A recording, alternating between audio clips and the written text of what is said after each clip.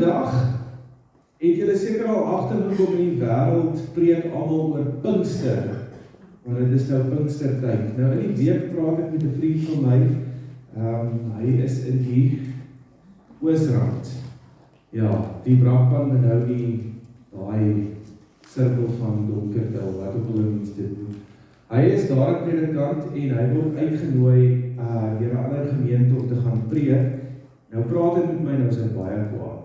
Hy sê vir my, Philip, is hierdie week Pinkster en die pastoor wil nou hê ek moet volgende week gaan preek oor Pinkster. En mens kan nie net besluit wanneer dit Pinkster is nie, mens moet in die kalender bly. En dit was so Dinsdag se kant gewees en ek dink by myself, dis 'n sterk stelling om te maak. Mens moet nou Sondag oor Pinkster praat, maar ons kan nie volgende week daaroor praat nie, want dit is nou op die kalender Pinkstertyd. En ek dink so aan 'n paar idees en ek vra vir die Here, waaroor moet ons nou praat oor Pinkster? En hierdie tema kom op van vuur tot vrug. En ek wil vandag bietjie spesifiek oor daai hele sameloop of die vloei praat van vuur tot vrug. Ons almal weet die vuur waarvan ons gaan praat en ons gaan na vrug toe beweeg. Maar twee algemene vrae wat mense gewoonlik vra in hierdie tyd, want dit is mos nou 'n baie snaakse onderwerp om oor te praat, want elke kerkgroep en elke ou het sy eie opinie oor Pinkster en wat is Pinkster en hoe werk dit, maar twee van die vrae wat vir my uitstaan, wat ek altyd hoor, wanneer dit by hierdie kom is, wat is Pinkster nou eintlik? Ek dink julle het ook al daai vraag gevra, wat is Pinkster nou eintlik? Ja, nee, wat is Pinkster nou eintlik? En dan die tweede vraag is, hoe ontvang ek die Heilige Gees? Want elke persoon het sy eie opinie rondom dit ook. Hoe ontvang ek die Heilige Gees? En hierdie kerkgroep sê ons moet dit so doen, hierdie ou sê ons moet dit doen, hierdie vrou sê ons moet dit doen so. En ek wil net vandag teruggaan na die Bybel toe en net sê, kom ons kyk wat sê die Bybel oor hierdie onderwerp en dan, hoe gaan 'n lewe lyk? Soos hierdie. So kom ek probeer te beantwoord wat Pinkster nou eintlik regtig is. En dit is maar my opinie en dit is my verduideliking hiervan. Daar gaan uit die aard van die saak 100 ander opinies wees. Nou ons almal weet Pinkster het gebeur in die upper room. Nee, ons gaan nou by daai vers kom. Die disippels was by mekaar en hulle die Here aanbid en daar was aardbewings en klanke en allerlei winde wat gewaai het en tonge van vuur het op hulle neergedaal en dinge het begin gebeur. Die kerk het ewe skielik 'n turbo gekry en die kerk het begin uitgaan. So ek sê Pinkster is nie bloot die herdenking van 'n gebeurtenis wat 2000 jaar terug gebeur het nie. Dis nie bloot net ons kom elke jaar by mekaar en ons sê ons vier nou Pinkster, ons onthou dit soos wat Jesus gekruisig is, soos wat ons nagmaal vier. Pinkster is nie dit nie.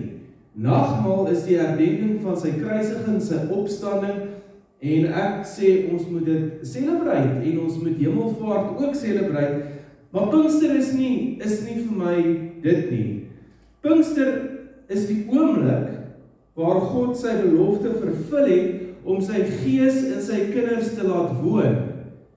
Voor dit was dit nie so gewees nie. In die Ou Testament lees ons, die Gees het oor Saul gekom, of oor Dawid, of oor een of ander profeet, en hy het 'n werk gedoen, hy het dit vervul, dit wat God wou gehad het, en die Gees is weg. Pinkster is die oomblik waar God se Gees oor ons as mens, oor sy kinders gekom het, en vir altyd gebly het. Pinkster is God se teenwoordigheid in mense. Dit gaan dus nie net oor vuur op ons koppe nie, maar dit gaan oor God wat nou in ons en met ons is permanent deur sy Heilige Gees. So, Pinkster is nie 'n een Sondag preek of in van die groter gemeentes 'n paar aande in die week waar ons by mekaar kom, sop en broodjies eet en dan vergeet ons weer daarvan nie. Pinkster is 'n gebeurtenis wat gebly het. En elke dag, wanneer ons met die Heilige Gees praat, en met hom werk, en met hom verhouding hê, is dit Pinkster. So wat is Pinkster? Dis eenvoudig God se Gees wat oor my gekom het, en nou in my is, en my nooit weer gaan los nie. Nou vra ons die vraag, as ons verstaan dat God is nou met ons en in ons, en hy gaan nie weer weg nie, die belofte van sy Gees het gekom. Nou vra ons die vraag is, hoe ontvang ek die Heilige Gees?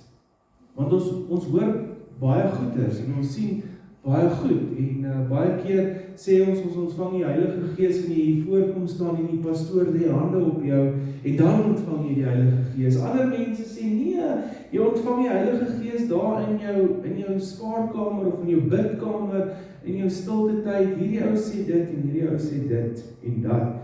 Nou ek het 4 goeders wat ek wil sê voordat ek vir julle gaan lees wat sê die Bybel oor hoe ontvang ons die Heilige Gees. Die eerste punt wat ek wil maak is, die Heilige Gees is 'n geskenk, nie 'n prestasie nie.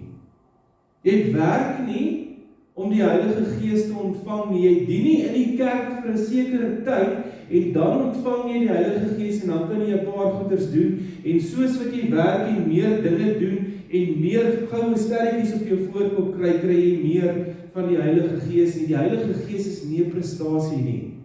Die Heilige Gees is 'n geskenk, en die Bybel maak dit duidelik, ek gaan die geskenk vir julle gee, en 'n mens werk nie vir 'n geskenk nie.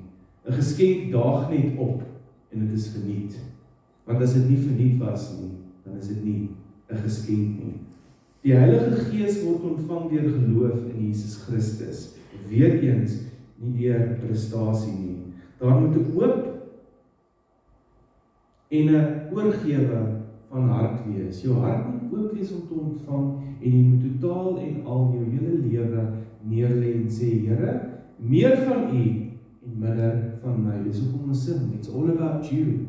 Ons moet op 'n punt kom wat ons net sê, Here, soos Paulus gesê, om te lewe is Christus, en om te sterf, ek gaan na Jesus toe. Net soveel beter. Die Gees word ontvang om jou lewe te verander. Ons moet dit verstaan. Wanneer die Heilige Gees in ons kom woning maak, dan moet jou lewe verander. So kom ons hoor wat sê die Bybel oor hoe ontvang ek die Heilige Gees. In Lukas 11 vers 13 lees ons, en dis Jesus se woorde, as julle dan wat sleg is, weet om goeie gawes aan julle kinders te gee, hoeveel te meer sal die hemelse Vader die Heilige Gees gee aan die wat hom bid. So wat sê Jesus hier vir ons? As jy wil hê die Heilige Gees met sy woning in jou kom maak is, vra vir hom. En hy wat die perfekte Vader is, sal dit vir jou gee. Want jy werk ons nie daarvoor nie. Dis 'n geskenk. Hy wil die Heilige Gees vir jou gee. So wat sê hy? Wanneer jy die Heilige Gees is, vra vir hom. Vra vir hom met 'n oop hart, vra vir hom genuine. En dan lees ons in Galasiërs 3 vers 2 en 14. Die 2 verse sluit so mooi by mekaar aan. Dit alleen wil ek van julle weet. Het julle die Gees ontvang uit die werke van die wet of die prediking van die geloof, sodat die seun van Abraham na die heidene kan kom in Christus Jesus, en dat ons die belofte van die Gees deur die geloof kan ontvang. So die Bybel sê vir my, wanneer ek die Heilige Gees soek, moet ek vir God vra, en dan sê Paulus vir my in Galasiërs, wanneer ek vra, moet ek glo dat hy dit vir my gaan doen. En dit is hoe ons die Heilige Gees ontvang. Ek onthou jare terug, bid ek vir iemand wat sê, hulle wil graag die Heilige Gees ontvang. En ek was jong, ek was nog tiener skolewerker, nie eers tienerpastoor nie, skole, die plek in die rang van, en ek bid vir die persoon, en hy sê, hy weet nou nie of dit die waarheid is nie, of hy nou die Heilige Gees ontvang nie. Ek gaan praat met die pastoor, ek sê vir hom, maar ek het nou vir die ouetjie gebid, en hy het gevra, hy wil die Heilige Gees ontvang, en het dit dalk gebeur, hoe werk dit? Hy sê vir my, Philip, die Bybel sê, as jy vra, gaan die Here vir jou gee, dis 'n geskenkie, jy hoef nie daarvoor te werk nie. So as hy daar gesit het, en hy het met 'n oop en 'n regte hart gevra en gesoek vir dit, dan het dit gebeur. Jy hoef dit nie te sien nie, jy hoef nie enige iets te beleef nie, as hy daarvoor vra en hy dit bedoel, dan het die Here dit vir hom gegee, want God gaan nie terug op sy woord nie. So daar beantwoord ons die twee vrae rakende Pinkster. Wat is Pinkster en hoe ontvang ek die Heilige Gees? So ek sê Pinkster is 'n werklikheid, God se Gees is in ons, en dan nommer 2, die Heilige Gees kan werklik ontvang word. Dit is nie net iets in boeke of iets van 2000 jaar terug, dit is iets nou, hier, wat ons kan beleef en kan lewe elke dag. En nou vra ek die vraag dan, hoe behoort so 'n lewe te lyk? 'n Lewe wat gevul is met die Heilige Gees. Nou wanneer ons kyk na Pinkster, is daar sekere momente wat ek raak sien in die Bybel, wat ek graag met julle wil deel, en dan wil ek dit saamvat, en 'n storie uit die Bybel vir julle lees, en vir julle prakties wys, hoe lyk 'n lewe wat vrug dra. So as ons begin met Pinkster, begin ons met die belofte. Daar was 'n belofte, dat Pinkster gaan kom, en ons lees dit in Handelinge 1, vers 8, waar Jesus sê, maar julle sal krag ontvang, wanneer die Heilige Gees oor julle kom, en julle sal my getuies wees in Jerusalem, sowel as in Judea, Samaria, en tot die uiterste van die aarde. So Jesus maak hier 'n belofte, dat die Heilige Gees gaan kom, en wanneer hy kom, gaan julle krag ontvang, en daai krag gaan maak dat julle julle monde nie hoef toe te hou nie, dat julle kan uitgaan en die wêreld kan gaan verander. Maar hy gaan ook aan in die storie en hy sê, gaan wag vir my. Onthou julle daai in die Bybel. Nou hier is die belofte. Die belofte is 'n uitnodiging vir ons vandag hier. Die belofte is 'n uitnodiging dat ons op hom moet wag. Heilige Gees is klaar in ons nou, want Pinkster het gebeur 2000 jaar terug, ons is mos almal hier kinders van die Here, maar die belofte sê vir my vandag prakties, dat ek op God moet wag, en nie op my eie krag moet staat maak nie. Ons moet in geloof lewe, ons moet wag vir sy leiding, vir sy woord, vir sy gaan doen dit. Hier is jou wysheid, ons moet nie dinge op ons eie doen nie, ons moet wag in geloof vir Christus om te kom. En dan, die tweede moment in hierdie storie is die fisiese uitstorting, waar ons lees hoe die Heilige Gees gekom het en sy woning kom maak het in ons.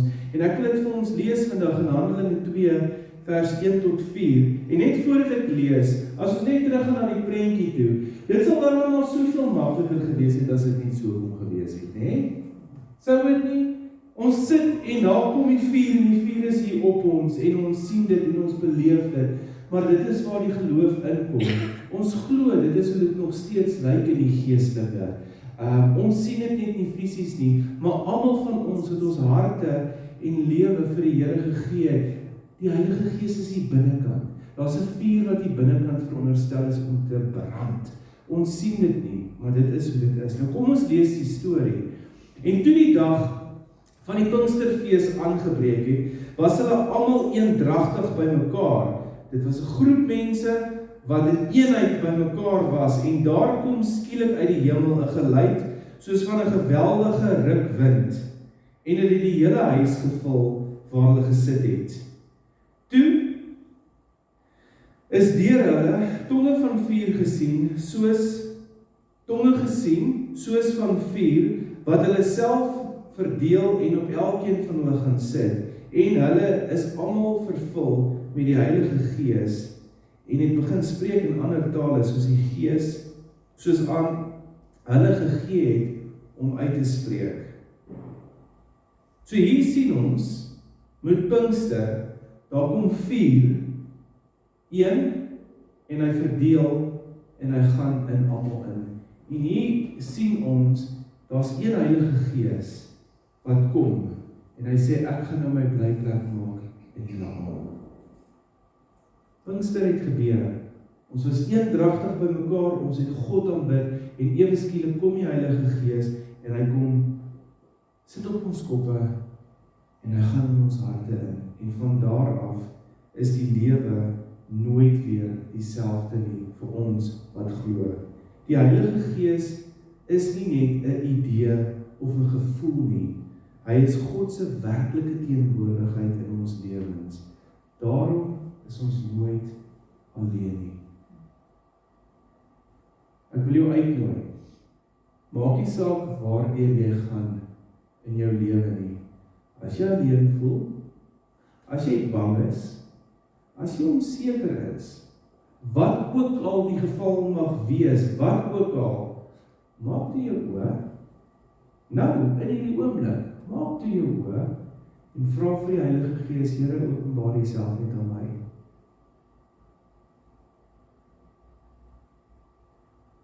En die vrede wat nou oor hierdie plek neerdal is 'n bewys dat die Heilige Gees in ons is, en dat hy lewendig is. Die volgende moment in die storie van Pinkster is die krag wat ons ontvang. Nou ons almal dink, wanneer dit kom by die krag, dan dink ons aan hierdie groot dinge wat moet gebeur. Ek swaai my hand en die dam se water gaan op, want ons lees dat Moses het kom gedoen het met sy stok, en ons sien hierdie groot dinge wat gebeur. Ek wil julle challenge met hierdie. Die krag van die Here is nie altyd 'n eksterne ding wat ons met die vlees moet beleef nie. Onthou, 90% van ons goeders is geestelik. Die Bybel sê ons worstel nie teen vlees nie, maar teen die owerhede, die magte, die geestelike goeders. So wanneer dit by die Heilige Gees kom, is alles is meeste van die goeie geestelike ding. En Paulus skryf aan Timoteus in 2 Timoteus 1 vers 7, en hy sê, want God het ons nie 'n gees van vreesagtigheid gegee nie, maar van krag en liefde en selfbeheersing. En hier begin ons nou te beweeg van 'n lewe gevul met die Heilige Gees na die vruggedeelte toe. God het vir ons gegee 'n gees van krag, liefde en selfbeheersing. Die Heilige Gees verander ons. Punt. Hy gee ons krag en vrymoedigheid. Hy gee ons krag en vrymoedigheid om oor hom te praat, om sy naam groot te maak, om te getuig. Hy het ons nie 'n gees gegee van ons moet ons monde hou en die hele tyd kyk na ander mense en vingers wys en daarom gaan dit sleg nie. Nee, hy het vir ons die Heilige Gees gegee wat in ons bly. En daai Heilige Gees moet so vuur in ons wees dat ons nie sal stil bly oor die waarheid van die goeie nuus van Jesus Christus nie. Want dit is sy missie wat hy vir ons gegee het. Ons sal sy getuies wees en ons kom nou daarby. Wanneer die Heilige Gees sy blyplek in ons maak en hierdie vuur steek aan die brand en ons laat toe dat daai vuur 'n groot vlam in ons lewe word, dan kan ons nie anders te wees as om die getuienisse te wees van Jesus Christus nie, die ambassadeurs van sy koninkryk nie. Kyk gou wat gebeur. In Handelinge 2 vers 14 lees ons, maar Petrus het opgestaan met die 11 en sy stem verhef en hulle toegespreek. Petrus, wat 'n paar dae voordat Jesus verloon het, weggehardloop het, gesê hierdie is nie vir my nie. Die ander disippels het Jesus gelos, weggehardloop in die tuin, hulle was bang. Soveel so, hulle het 3 jaar saam met Jesus Christus geloop, gesien wat hy gedoen het, beleef wat hy gesê het, hulle het saam met hom geëet, hulle het saam met hom geslaap om die kampvuur en hulle het lewe gedeel. Hulle het die Messias gesien, hulle het gesien wat het hy gedoen. Toe Jesus gevang is, het hulle almal weggehardloop. Daai selfde Petrus, nadat die Heilige Gees sy blyplek kom maak het in hom, nadat hy gevul is met die Heilige Gees en die krag ontvang het, staan daardie selfde Petrus op, saam met die ander 11 wat nou kamakasta weggehardloop het, nê? En hy spreek, Joodse manne en almal wat in Jerusalem woon, en hy sê, dit moet julle weet, en luister na my woorde, en hy gaan aan, om die evangelie te verkondig in Jerusalem, en op daardie dag gee 3000 mense hulle harte en lewe vir Christus, en die kerk het sy eerste groot ontploffing, omdat Petrus toegelaat het, dat die vlammetjie wat hier brand, om te lei, en vir hom krag te gee, en vir hom rigting te gee. Petrus wat 'n paar weke terug weggehardloop het, gesê, ek ken nie hierdie Jesus nie. Die ander 11, wel, daar was net 10 gewees, want die een het homself gehang. Die ander 10, hulle het mos in die lewe gekies. Die ander het weggehardloop, en nou ewe skielik staan hierdie ouens, en hulle praat, en mense gee hulle harte en lewe vir die Here. Wanneer die Gees jou vul, moet jy en kan jy nie stil bly oor Jesus Christus nie. Dis wat met Petrus hulle gebeur.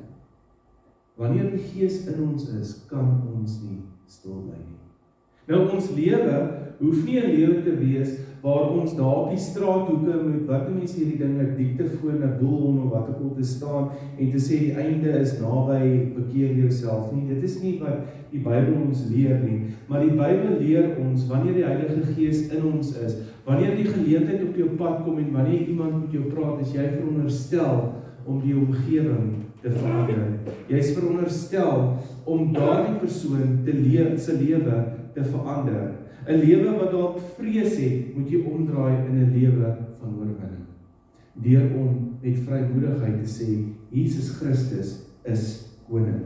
En dan kom ons by die volgende ding hoe jou lewe moet lyk is, die vrug. Wanneer die Heilige Gees in ons lewe is en hy's aktief besig met ons en ons laat toe dat hy ons lewe verander en ons lewe lei, kan daar en moet daar vrug wees in jou lewe. En daai vrug lyk so. Galasiërs 5:22 kom Paulus en hy sê eintlik in Galasiërs daar's 2 tipe vrug. Daar's die vrug van die vlees en die vrug van die gees. So daar's 'n vrug wat jy wil aftrek en daar's 'n vrug wat jy opbou. En daar's een vrug, nie vrugte nie, daar's een Heilige Gees. Die vrug wat die een Heilige Gees voortbring, lyk so: liefde, blydskap, vrede, lankmoedigheid, vriendelikheid, goedheid, getrouheid, sagmoedigheid en selfbeheersing. Dis die vrug wat in ons lewe moet manifesteer. Want die Heilige Gees is in ons. Nou ja, Paulus sê, ons bekleierery is nie teen vlees nie, maar teen die owerhede, die magte. So daar's altyd hierdie 2 verskillende forse wat teen mekaar werk. Die een wat ons wil aftrek, soos jy nou net gesê, daar's werke, jy wil terugkeer na klomp goeders toe om te impres, of daar is, ek laat toe dat die Heilige Gees my lewe transformeer vir altyd. Die bewys van God se Gees in ons is nie net 'n vuur, 'n eksterne ding in 'n oomblik nie. Maar ons is so geneig om daai eksterne ding in 'n oomblik te soek, dat ons die konstante vrug in ons lewe mis. Ek is 'n praktiese mens. Die van julle wat naby aan my is, weet ek is prakties. Ek wil verstaan hoe 'n ding werk. Ek wil prakties sien hoe dit werk. Ek wil nie daar boeke kennis hê en dit moet net daar ver wees nie. Vir ons as kinders van die Here is vrug vir my die belangrikste. En ek gebruik baie ander woorde om goeders te bespreek, maar is ons mense nie so geneig om die nou en die hier, die vinnige te wil sien en te sê, hier werk die Here. En ons stap weg van die oomblik waar die vuur is en ons vergeet die lewe van vrug.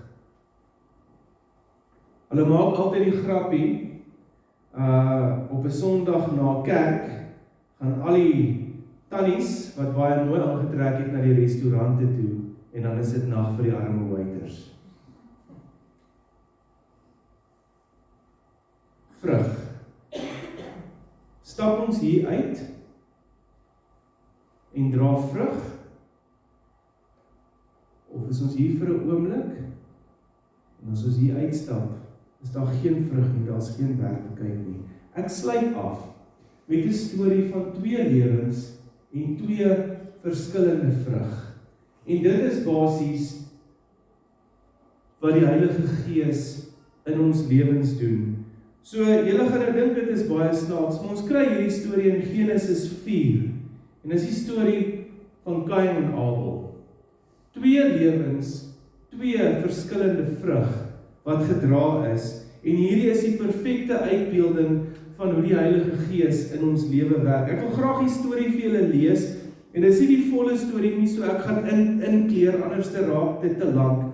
Maar ons lees in Genesis 4 vers 3 tot 10, en na verloop van tyd, het Kain van die vrugte van die land aan die Here 'n offer gebring, en Abel het ook van die eerstgeborenes van sy kleinvee gebring, naamlik van hulle vet. En die Here het Abel en sy offer genadig aangesien, maar Kain en sy offer nie aangesien nie. Toe word Kain baie kwaad. Nou net so 'n bietjie terug. En verstaan julle, hier is 2 karakters in hierdie storie, Kain en Abel, hulle is 2 broers, Adam en Eva se 2 seuns. Hulle albei was boere. Kain het gesaai, hy het met plante gewerk, en Abel het met diere gewerk. Nou God het nie Abel se offer meer geag omdat dit diere was nie. Daar was fout gewees met Kain, en daar was iets reg met Abel. Kain het probeer werk om te impress. Hy het offers gebring, maar dit was leë offers. Daar was nie 'n hart agter die offer nie. Hy was nie werklik lief vir God nie. Hy het al die voordele van 'n verhouding met God gesoek, maar hy het nie die verhouding self gesoek nie. Dus sien God sy offer en hy sê, maar ja, hierdie offer is nie so great nie, want daar is niks agter dit nie, maar die offer wat Abel bring, die hart is agter dit, die begeerte, die soeke, die verhouding is agter dit. En Kain het dit gesien, en hy was nie baie happy daarmee nie, dis hoekom hy baie kwaad geword het, baie belangrike ding. En toe het hy sy hoof laat hang. Hy is nou kwaad, hy is ongelukkig, en die Here sê vir Kain, waarom is jy kwaad, en waarom laat jy jou hoof hang? Is daar nie verheffing as jy goed doen nie? Verheffing, ja. As jy goed doen nie, en as jy nie goed doen nie, die sonde lê en loer voor die deur, en sy begeerte is na jou. Maar jy moet daaroor heers. En Kain het met sy broer Abel gepraat, en toe hulle in die veld was, het Kain teen sy broer Abel opgestaan en hom doodgeslaan. Toe sê die Here vir Kain, waar is jou broer Abel? En hy antwoord, ek weet nie, is ek my broer se wagter? En hy sê, wat het jy gedoen? Die stem van die bloed van jou broer roep na my van die aarde af. So hier lees ons, Kain het so jaloers geraak op sy broer Abel, dat hy hom doodgeslaan het. Dat hy hom uit die pad uit wou gekry het. En dit is nie maar baie wat ons ook doen nie. Ons sien iemand, ons raak jaloers, en ons wil hê wat hulle het, ons kan dit nie kry nie, en ons maak hulle af, en ons maak hulle sleg. Die vrug van ons lewe getuig nie, dat die Heilige Gees altyd werk nie. Nou daar is 2 tipe vrug wat ons hierso sien. Kain se vrug was jaloesie, woede, trots, ongehoorsaamheid, en op die einde van die dag, geweld.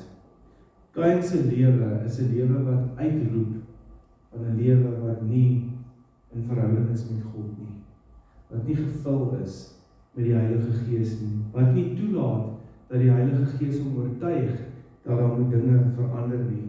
Maar Abel, aan die ander kant, het op 'n plek gekom waar hy sê, Here, ek glo dat U God is. Hy het sy totale geloof in God gesit. Hy was gehoorsaam. Hy het sy ouers en vir God geëerbied. Hy het 'n lewe van aanbidding gelei, en hy het 'n opregte hart gehad voor die Here. Die storie van Kain en Abel is ons storie.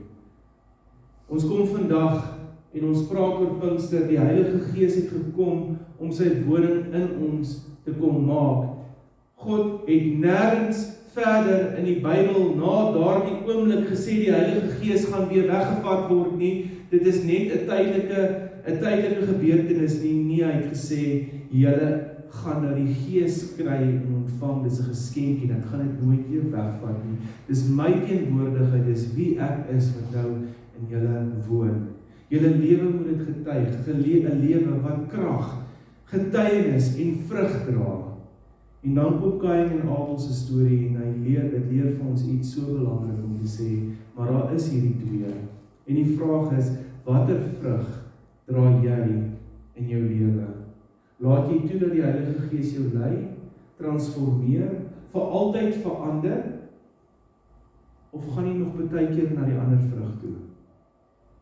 Baie keer bietjie jaloers. Raak jy nog baie keer 'n bietjie kwaad. Dit is menslik, ons almal maak foute. Maar is daai die vrug wat jy eet? Of is dit die Abelvrug? Wie is jy in die storie? Kain of Abel? So Pinkster was nooit 'n gebeurtenis om net te onthou nie, maar 'n lewe om te leef, 'n lewe van vrug. En ek wil jou vandag uitnooi in hierdie oomblik, wanneer ek gaan afsluit, wil ek jy moet jou oë toemaak. En jy moet eerlik met jouself wees en jy kan vir die Here vra om dit vir jou ook uit te wys en vra Here, wys vir my die vrug van my lewe. Waar is ek? Here, laat ek toe dat U Heilige Gees krag in my voortbring. Laat ek toe dat U deur my 'n getuienis is. Laat ek toe dat U vrug in my lewe voortbring. Of is ek nog bietjie in die Kain-kant? Is ek nog op 'n plek waar die vrug van hierdie vlees, die eksterne, die plesiere, die beloftes van wat nooit gaan gebeur nie, laat ek toe dat dit my lewe beheer.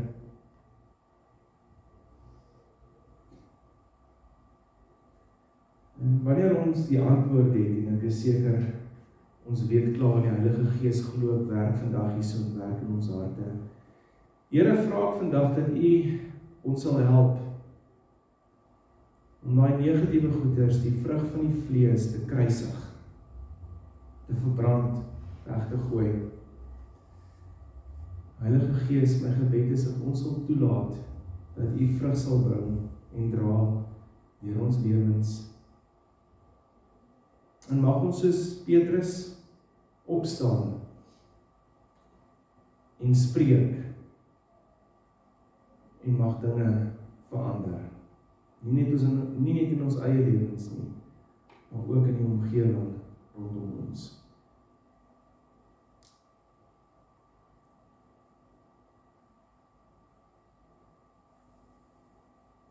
Dankie dat U werk. Maar meer is dit, dankie dat U realiteit is.